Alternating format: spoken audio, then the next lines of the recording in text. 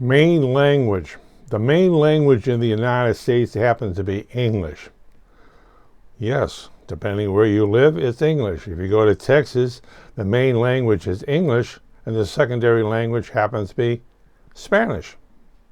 If I go to Spanish, being from Mexico, Spanish. If I go to Miami, the main language is English, and the secondary language is Cuban. Yes.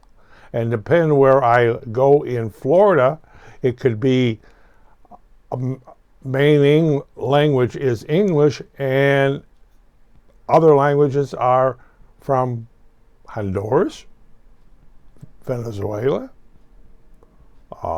Brazil, or other dialects, you might say, from South America. Why Cuban? Because that's what's sitting in Miami are mostly Cubans.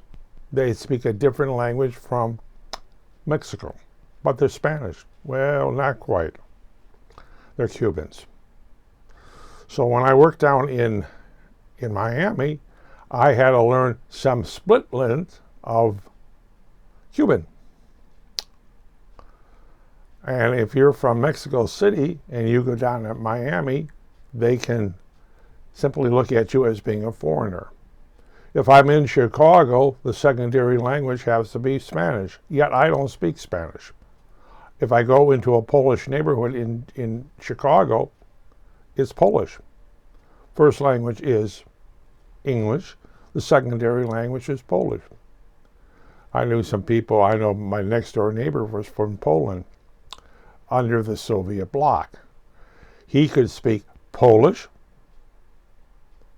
and the main language in Poland at that time was Russian. What do you mean Russian? Oh, yes. The first language was Russian, the second language was Polish. And all you got the other splitter languages. Of course, when he came here, he had a problem. When my grandmother on my mother's side, great-grandmother on my mother's side, came here, she was from Sweden. She couldn't speak English. Neither could my grandma Frances. She could speak, she was like 10 years old when she came here. And her mother was sold into slavery or indentured servants to somebody in Boston. But she had a hard time learning English. English became the main language. But my mother growing up, and her siblings never learned Swedish.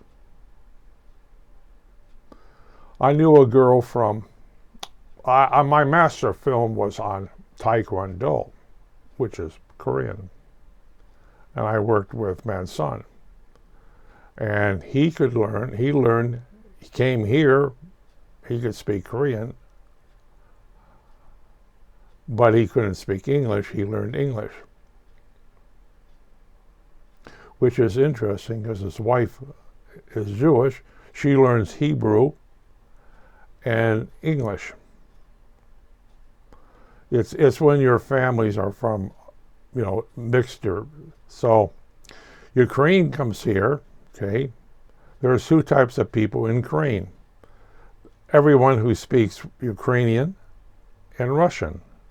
And Russia was the occupation forces over there. So if you wanted to get along in Ukraine, you learned Russian. Mm-hmm. And like if when I spent time in Southeast Asia for a contractor, I learned splittering of Cambodian, Vietnamese. I didn't look like a Vietnamese or Cambodian, but being that he's those English dog. Yeah, that's right, bow wow. Yankee Imperialist warmongering, yes sir. So it's easy to distinguish that thing. When Vietnamese came over here, fled to this country, they had to learn English if you want to survive, even though they live in a Vietnamese neighborhood. The children of the Vietnamese basically learn English but not Vietnamese. Maybe. Their grandchildren would only speak English.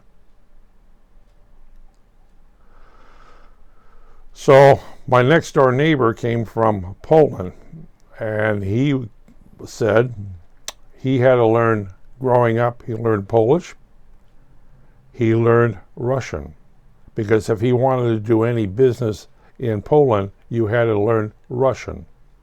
And what did the Russian occupation forces think of Polish? They were all Nazis.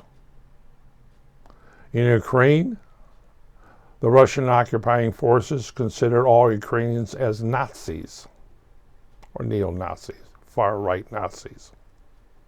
Russian troops basically have very little to do with Ukrainians because they consider them all Nazis.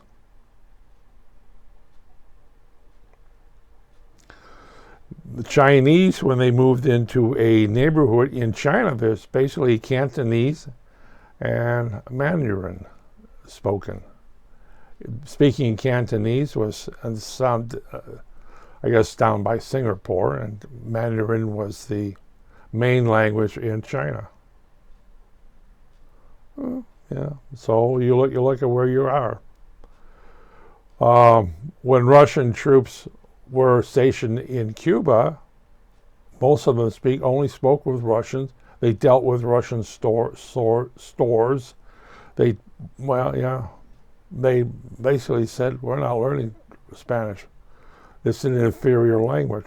And I can guarantee you one, learning Russian, as someone said, learning Russian to speak Russian and read Russian and write Russian, you can basically speak any language of the country. Vladimir Putin speaks Russian, speaks English, depending on where he was assigned to. As a spy, KGB as a spy. So he has a splittering of English, German, Polish, but mainly it's Russian. So what does Russian soldiers think of Ukrainians? They're all Nazis or neo-Nazis, far right wing.